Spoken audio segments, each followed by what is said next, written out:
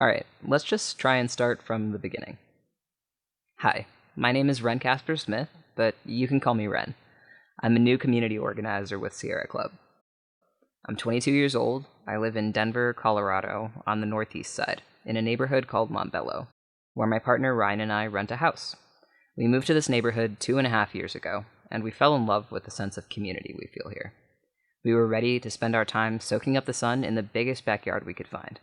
But what we didn't expect was that Ryan's dormant asthma would become twice as severe, and that the soil in that very yard we loved would test as too contaminated to grow food safe to eat.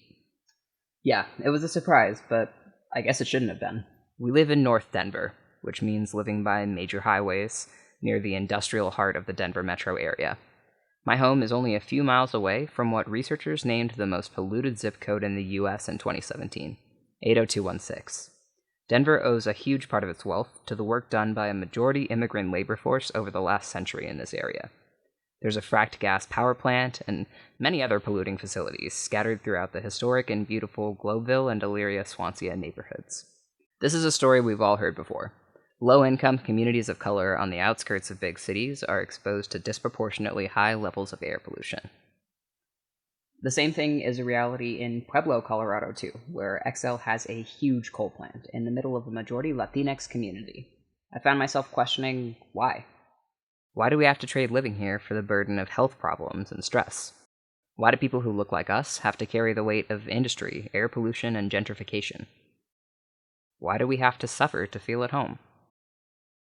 And most importantly, what can I do to change this story? We make choices to reduce pollution in our communities every day, like taking the light rail instead of driving a car. But I was missing a part of the picture. I'm paying Xcel Energy every day to keep coal and gas burning when I watch a movie or plug in my phone. And I don't want to be, and a lot of Xcel's customers don't want to do that either. So why are we paying for dirty energy? Great question. Let's not. Next spring, Xcel Energy Colorado is proposing a new energy resource plan, or ERP. Through this plan, Xcel will decide which energy resources to use in the future, and as customers, we should get a say in it. That's why my team and I wrote this letter to Xcel's board challenging them to dream bigger next spring. Xcel has already taken some steps towards a cleaner future, but I think they should take more actions. Here are just a few.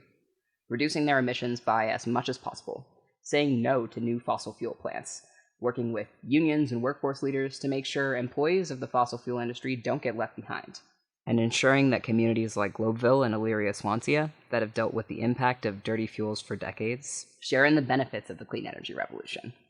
But I'll let you read the rest of it yourself, and hopefully you'll sign on and join me. I'm lucky to call Colorado my home. It's time we used our energy to protect it.